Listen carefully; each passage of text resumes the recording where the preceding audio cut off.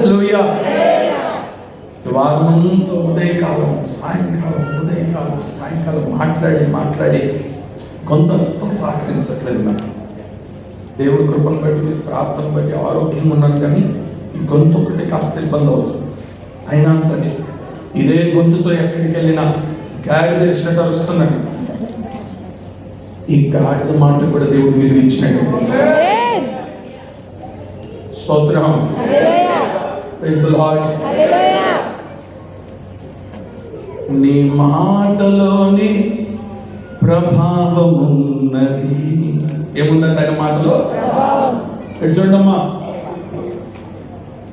సమాధి చేసేస్తున్నారు. జ్ఞాపకార్థ పట్టం కూడా అయిపోయింది.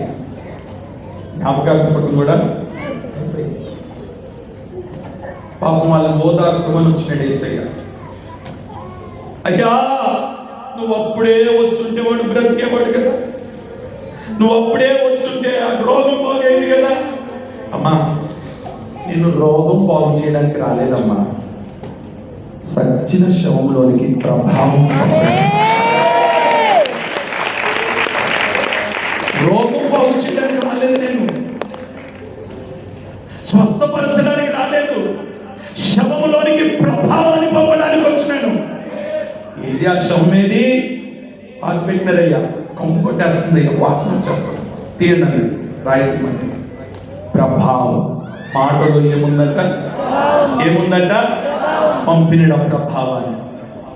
ఎండిపోయిన ఎముక, కుళ్ళిపోయిన శరీరం, కంపు కొడుతున్న వాసన వస్తున్న శరీరం, మాట వెళ్ళింది, వాసన ఎట్టుపోయిందో తెలియదు, కంపు ఎట్టుపోయిందో తెలియదు, కుళ్ళిపోయిన తనం ఎలా పోయిందో తెలియదు, ఎండిపోయిన ఎముకలు ఏమైనా సజీవముతో శవము బయటకు వచ్చేటప్పటికి ప్రజలు అంటున్నారు, ఈ ఎండిపోయిన ఎముకల్లోనికి జీవము పంపడానికి యేసయ్యలో ప్రభావం ఉన్నది.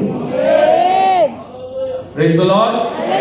ఈరోజు ఎట్టి రోగముతో, ఎట్టి సమస్యతో, ఎట్టి పరిస్థితులతో ఈ మందిరములో ఈరోజు నీవు అడుగు పెట్టిన ప్రభావము నిన్ను తాకునుగా.